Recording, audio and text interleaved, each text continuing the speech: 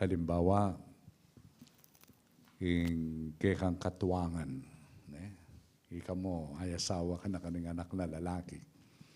Kaya ba't mag-umpisa pa ang may paglolo, kasama na kaning katuwangan mo. Ang ganyang kinasal kayo, kasama na kaning katuwangan mo. Kaya ba't minsan ng Aldo, kapag niya momentang masayake ka, diri na kang pamangan.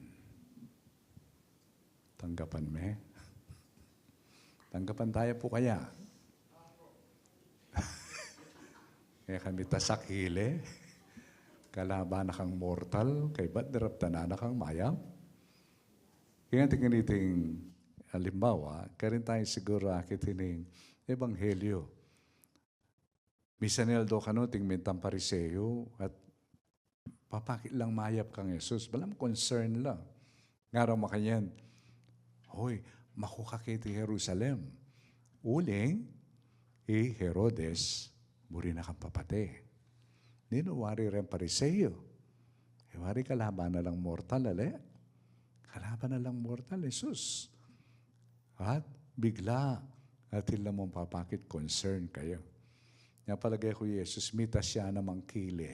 Kanya sabihan na kayo itang makukakin, papapatera. Kaya tutunan ini, muri riyan namang papate, Jesus. Pero, ba't kaya sinabi rita? Akita mo yung sangkan. King Ebanghelyo ng San Lucas, nung ka rin niya iba't ining Ebanghelyo. Kang San Lucas, papakit ni Jesus, imbiyan ng Jesus, it's like a journey. Metong yan pa maglakbe. At yung pa maglakbe na ngayon mapupos siya Jerusalem. Nga bala mo makita mo kini, makukakini Jerusalem. Karinyapin mapupos. Karinyapin ganap, yung kayang gawa na mission.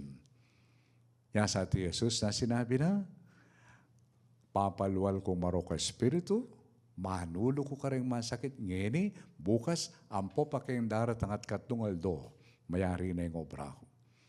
Buri na sabihan, sundo na yung kayang gagawan at manatiliya Jerusalem.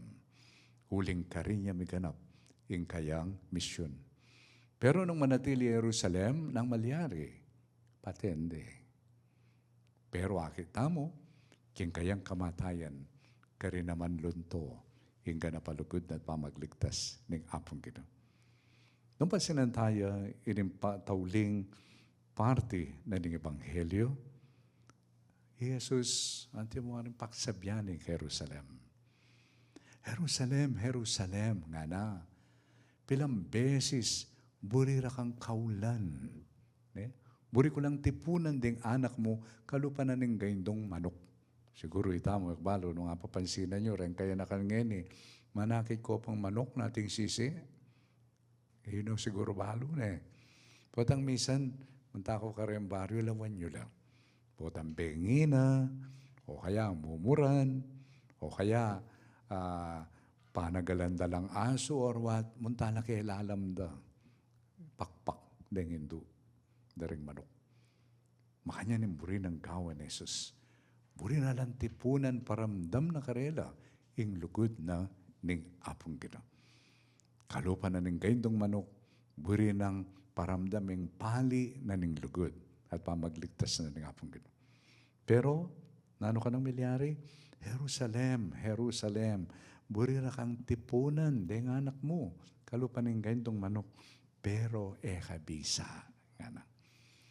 Sakit itan Nang kaya may bukang mas pakapuso po, tang lulugod ka, re-reject din lugod mo. Kaya makanyan potang papakit mo nga ning gana-gana. Then bandang tauli, alalang pakamal, kitang papakit mong lugod. At sinabi ng Jesus, sabi ng makanyan, na ako kanyan akit na. Hanggang ko sabihan, may panwanan niya yung daratang kilagyan na ng gino. Nanong papakit na nini, waman makanya ng gawan niyo. Waman ng ko tanggapan, ko luguran, pero ko tutok ng lugod kay kayo. Waman kay pamipakit kong lugod, patay niyo ko, pero etok ng lulugod yung Diyos kay kayo. Santing natani-tani. Ulimbalo tamong lugod, yapin itang, okay, mo papansin ang lugod ko, bahala na kakimbiyem mo.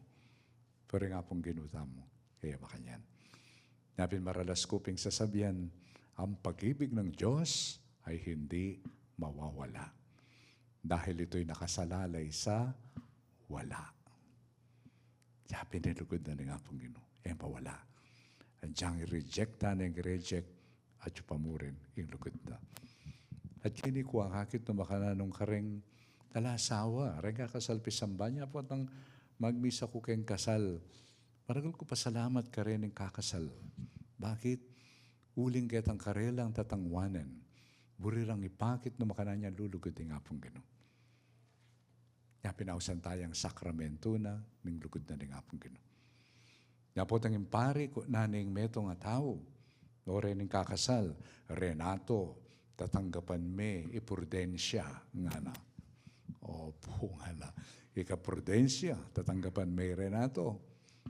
Opo nga na. Nang tatanggapan balang metong karela?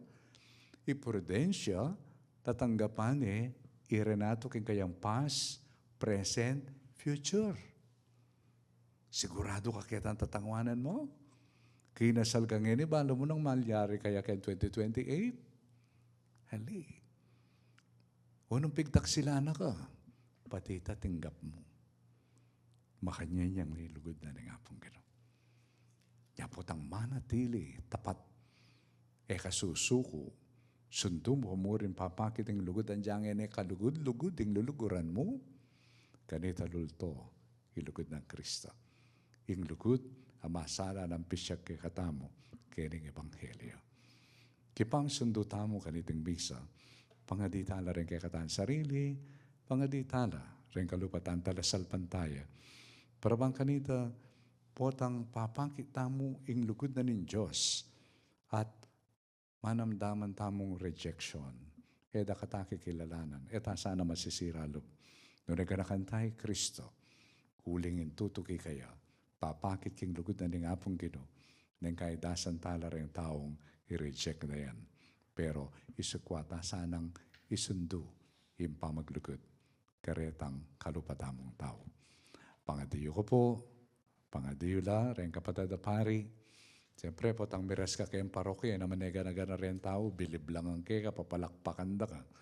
At yung taong talagang tanggapan da ka, at yung taong itatanggap kaya.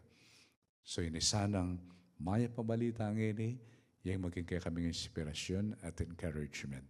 Bangka nito'y sundo, yung pamipakit, kilugod ng Kristo.